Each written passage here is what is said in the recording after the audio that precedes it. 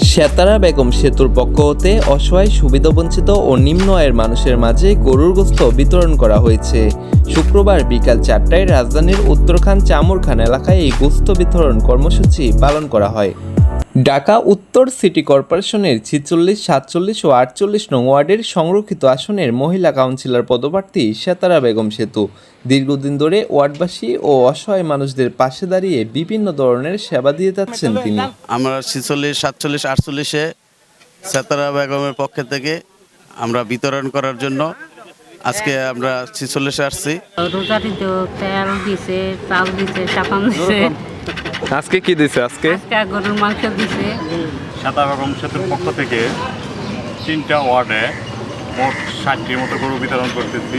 এখন আমাদের গরু বিতরণ শেষ হয় নাই, আমাদের ঈদের আয়োজন হতে শেষ হয়ে গেছে, কিন্তু আমরা কথা দিচ্ছি জনগণের মাঝে, দরিদ্রদের মাঝে মাংস বিতরণ করব।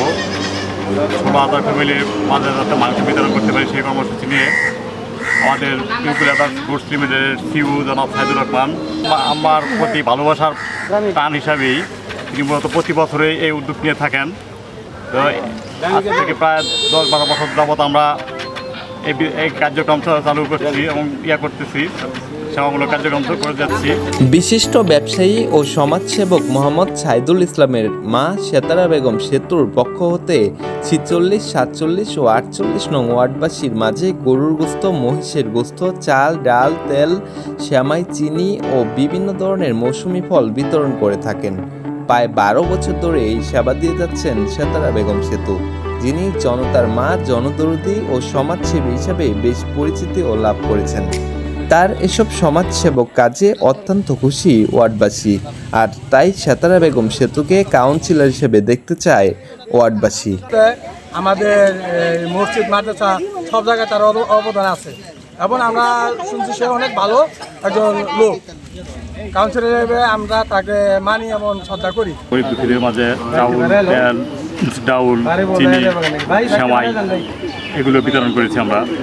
রমজানিতে প্রায় 12,000 ফ্যামিলির মাঝে চাউল, তেল বিতরণ করেছি।